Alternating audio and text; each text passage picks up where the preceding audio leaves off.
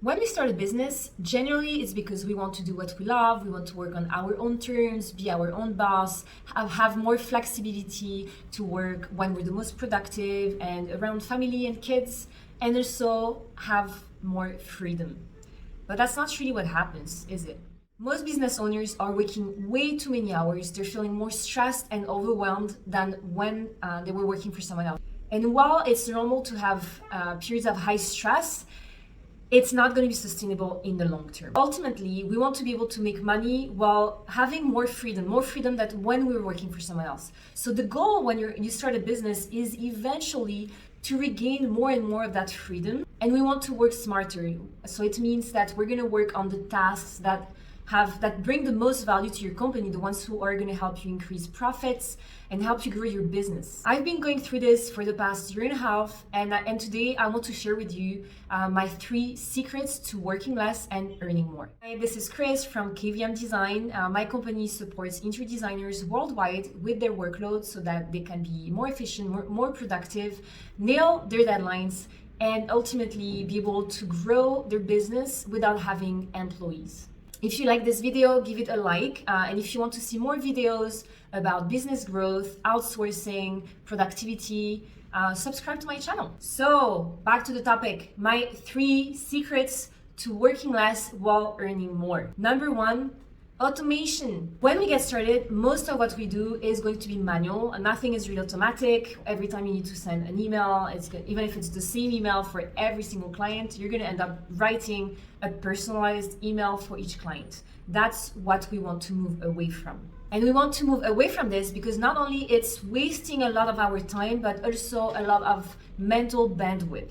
And when you are so busy, when your head is so busy doing the same small tasks, then you're not going to have the energy to concentrate on what's really going to matter for your business. Early on, you should start thinking about your processes for everything that happens in your business. For example, when you get an email from a prospect to onboarding them as a client, all the way to project completion. Because when you write down everything, you're going to be able to see what has the potential to be automated. I will give you an example. So on my website, I have a button that says book your free discovery call. I don't have a store because I have a service-based business, and for me, it's really important to get on a call with the prospect and make sure that we would be a good fit. So I don't give them the option to purchase anything before we get on the call. So when they click on that button to book a call, what they're going to have to do is to fill in their name and their email address. What is it going to do? It's going to add them to my email list. I'm using ActiveCampaign, and it's really important to have an email list because every time you want to send a newsletter to promote a new service or send discounts or talk about what you can do for your clients, all these people who are interested in your services are going to start receiving your newsletters. So it's really important that you start working on your newsletter, but that's not the topic. So this person enters their name and their email address. It's going to send their information to ActiveCampaign, and automatically after 5 minutes, they're going to receive the email saying, hey, this is Kris. I'm so glad that you want to book a time for a call. Please let me know which days and times work for you this week. And if you can send me the following information back, it will help me prepare for the call. So obviously, when I got started, I was actually writing this email to every single person who was interested in booking a time for a call. And it's not sustainable because it's okay when you have 1 prospect per week. It's not okay when you start having more than that. And you shouldn't be spending time writing a personalized email every time.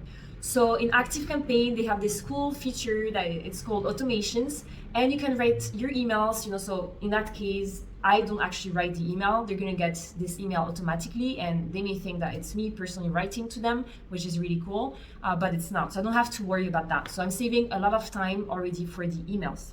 Now, when I've had the call and the client is happy to move forward, I also have a template for my onboarding email. So same thing here. I used to write my onboarding emails for every person, and then I just wrote a template in Google Word, like in a Word doc, and it only takes me 2 minutes to send that email because the only thing that I need to do is just copy it, change the name, and then send it back. And there's the potential for you to automate a lot in your customer journey. So it's really important that you take the time to write down everything that happens in your business to see how much of it you can automate, because automating ultimately is either free or has a very low cost involved. Okay, moving on to number 2, it's delegation. You have to delegate. Whatever you can't automate has to be either eliminated because it's not important, or it has to be delegated. I'm not talking about the high value tasks, the ones that you should be doing yourself because they're the ones that only you can do. So it's really important that based on whatever is left, you decide what is going to be the tasks in your zone of genius, the ones that only you can do, and then the ones that you can't do, that you absolutely don't know how to do, the ones that you could do but you're not great at doing, so you're wasting more time than what an expert could be doing, or the ones that you don't enjoy. So circle the ones that you're going to keep for yourself, and then the rest is going to be delegated. You need to get clear on the what, the how, and who. So what we talked about is those tasks that you decided that you're going to be delegating, how you're going to delegate them, and to whom.